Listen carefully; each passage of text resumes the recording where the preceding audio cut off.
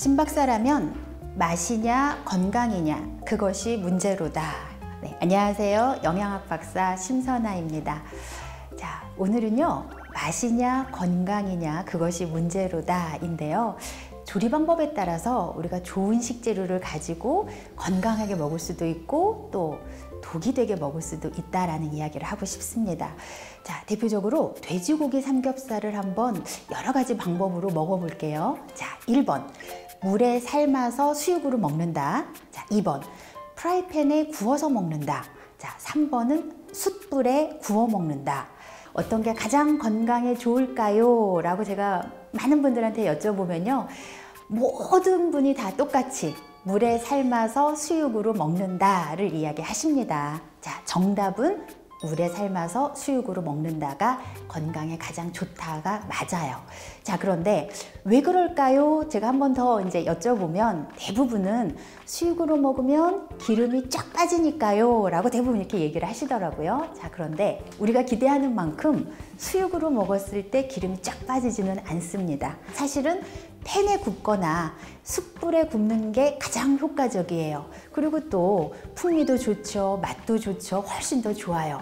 그럼에도 불구하고 우리가 건강을 위해서는 수육으로 먹어야 되고요, 또 건강을 생각한다면 숯불에 굽는 직화는 최악입니다. 자, 그 이유를 지금부터 설명을 드릴게요. 한 2년 전에 제가 상담을 했던 기자분이셨어요. 아침은 삶은 달걀과 사과 반개 이 정도를 드시고요, 점심은 반드시 샐러드 도시락을 항상 챙겨서 갖고 가셨어요.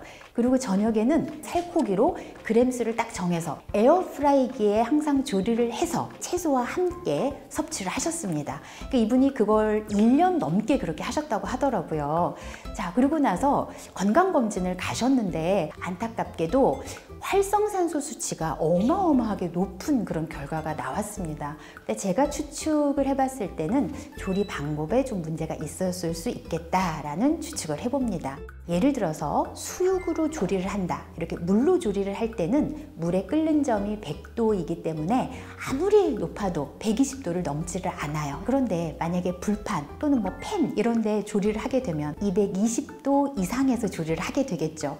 숯불에서 직화로 만약에 조리를 한다면 그 온도가 무려 1000도가 넘는 경우가 있습니다. 자, 그러면 이렇게 조리 온도가 높을수록 맛과 풍미는 좋아지지만 문제는 이제 영양소의 변성이에요. 120도만 넘어도 탄수화물이나 단백질 그리고 지방 이런 대부분의 영양소가 일단 변성이 되고요, 또 더 큰 문제는 유해 물질들이 만들어지기 시작합니다. 근데 사실은 120도 정도까지는 크게 문제가 없어요. 근데 그 이상 온도가 올라갔을 때 이제 문제가 발생되기 시작하고 180도가 넘게 되면 벤조피렌이라든가 아크릴 아마이드, 당독소, 듣기만 해도 뭔가 무시무시할 것 같은 이런 유해 물질 그리고 발암 물질들이 급진적으로 생성이 돼요. 우리가 뭐 고구마라든지 감자라든지 생선 또는 해물, 고기 이런 여러 가지 식재료들을 에어프라이기나 오븐에 조리를 하게 되면 우리 일단 인식이 어떠냐면, 아, 기름을 쓰지 않으니까 건강할 거야 라고 이렇게 생각을 하게 되죠. 물론 기름을 쓰지 않기 때문에 일단 칼로리 측면에서는 분명히 도움이 될 수 있습니다. 그렇지만 앞서서 설명한 것처럼 에어프라이기나 오븐의 기본 조리 온도 어때요? 보통은 180도, 200도, 220도 정도에서 조리를 하게 되고요. 또 조리의 시간도 고기나 생선 같으면 20분에서 뭐 40분, 길게는 1시간 정도까지도 조리를 하게 되는 경우가 많습니다. 자, 그런데 당독소 같은 유해 물질, 이 당독소는 식품 내에 있는 탄수화물과 단백질이 결합해서 변성되는 유해 물질이에요. 자, 이런 당독소가 가장 잘 만들어지는 조리 환경이 어떤 환경이냐면 물 없이 고온에서 오랜 시간 조리할 때입니다. 자, 그러고 보면 에어프라이기나 오븐에서 조리할 때는 물 없이 고온에서 오랜 시간 조리를 하게 되잖아요.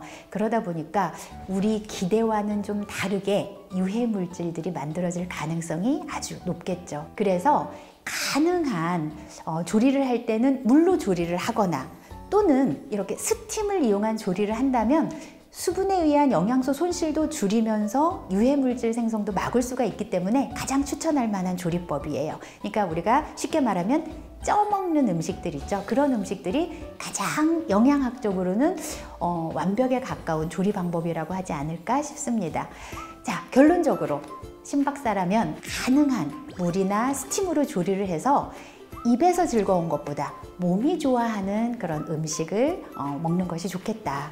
자, 필요하다면 에어프라이기나 오븐을 쓰셔야죠. 자, 그럴 때 시간을 너무 길게 하지 않도록 하기 위해서 전자레인지나 또는 팬에 초벌 조리를 살짝 해가지고 15분 이내로 조리할 수 있도록 이렇게 하는 것이 유해 물질을 줄일 수 있는 방법이다. 자, 그리고 마지막으로 고온 조리된 음식을 먹을 때는 꼭 곁들여 먹어야 될 게 바로 항산화 영양소가 많은 채소, 그리고 껍질째 먹을 수 있는 과일, 이런 것들을 꼭 곁들이자입니다. 자, 오늘은 이렇게 좋은 식재료를 가지고 더 건강하게 먹는 방법, 또 조리 방법이 얼마나 중요한지에 대해서 알아봤습니다. 감사합니다.